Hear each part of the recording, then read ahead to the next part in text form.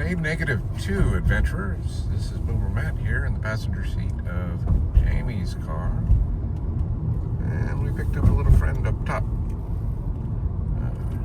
He's eating him some Smarties, getting energized. Yeah. And we're driving around Itasca State Park. Or is it Lake Itasca State Park? Either way, I guess pretty much the same thing. Not sure exactly what it's called. But this is the home of the Headwaters. We were here last night doing some little brief footage of just making it here.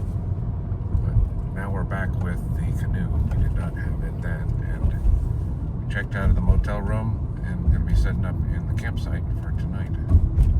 But taking our time getting set up because we're just driving around checking things out.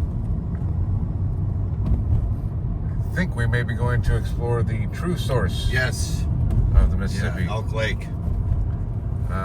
There's lots of contention about where it actually begins, and there has been for years. But Lake Itasca is kind of celebrated as the source, even though there's water flow from higher upriver.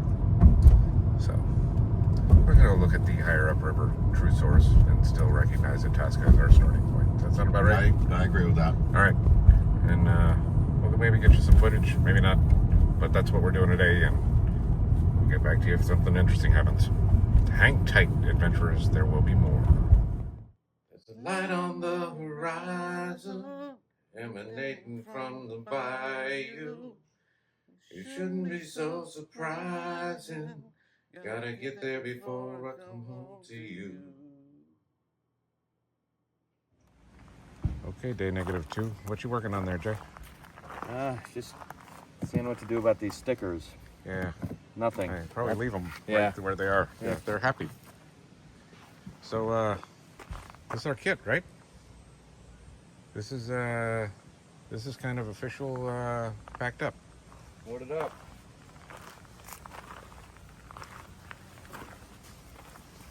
Load it up and ready to roll. We got that extra paddle there off to the side that we're intending at this point not to bring. We have one. We each have a paddle, a wood paddle for the primary, and then we have this one aluminum and plastic as a backup. Everything is strapped in here. Well, actually these were kind of an afterthought, so they're just resting in there, but they can be strapped down. We got a strap running from the bow seat to the thwart. And it's running through all our bags, handles.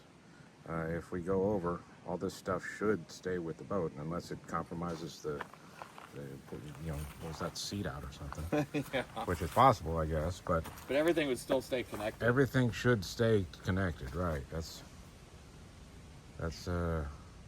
keep everything together in catastrophe. And we seek to avoid it. We didn't have any catastrophe on the first time around, so Not even really any close calls. no, everything was fine. We took in water a few times, but that's nothing. Yeah, that's to be expected. Yeah, for those of you that think we're boastful with that, you've been out on the rapids with the canoe there. Here's what helps that a lot. And we have everything packed low. Most of the weight is well below the gunnel in this packing situation. Keeps the center of gravity low and makes the boat far more stable. It's far more stable laden than it is empty. Yeah, it's surprising what it'll go through. Now, if we had this all stacked up in one section here, just right here, it'd be top heavy again. But yeah, that's counterbalancing our torsos essentially, having some weight above the gunnel and all that weight's below. And honestly, our weight to a large degree is below the gunnel because the seats are suspended underneath. So a lot of our weight is just resting there. So anyway, we're pretty happy, I think. I'm very happy. This was just a kind of run through, and we just today saw each other's gear basically. So Yeah, Matt did all right. I gotta say, I had my concerns, and I'm happy. I tried to pack light.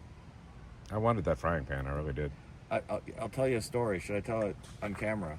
I don't know the story, so it's Well, difficult for me to answer. I was talking to my friends about your desire to bring the cast iron pot. Yeah. And they said, "Is he doing most of the cooking?" And I said, "Yeah, probably. Let him bring what he wants." That makes sense. I mean, I don't know. You did a lot of the cooking on the first one. Yeah, but not. I heated up ramen. Not cooking. I was not making recipes. Yeah. I do plan to cook if we get the opportunity, and anytime we can get some fresh product in town to cook later that day, Absolutely. then I want to take advantage of that. I've got a few ideas. Get dairy, get some cheese, get some Right. some meat, maybe fry up some bacon. That's a song. I can bring home the bacon, fry it up in the pan. Yeah, so there we go. This is what we bring with us, and anything we pick up along the way, and less anything we ditch along the way. There is, you know what? There is something else that is not included here. For the most part, this stuff is not going. These zip ties probably will, right? Those are too functional not to take. Zip ties? What's that? They can go in that wet bag. The zip ties. Yeah. No, I those I bought to bring, and I just didn't know where to put them. And we got this 2.5 gallons of water going to go in there, and the paracord. So we got a couple more things to put in there, but for the most part, we're good. This will just reside under a seat. And there we go. Yeah, here we go. Here we go. Day -2. And getting late in the day, you can see the sun's on its way down with the quality of light I expect. So we're gonna maybe get some dinner. Yeah. I think a storm's coming, so we're gonna have to take all this stuff back out, and maybe I don't know if we pitch camp or not. I'm not keen to have that up during the storm. I'd rather set it up and than to come home and have to set up when it's wet. Well, we'll figure this out off camera. Yep. Till next time.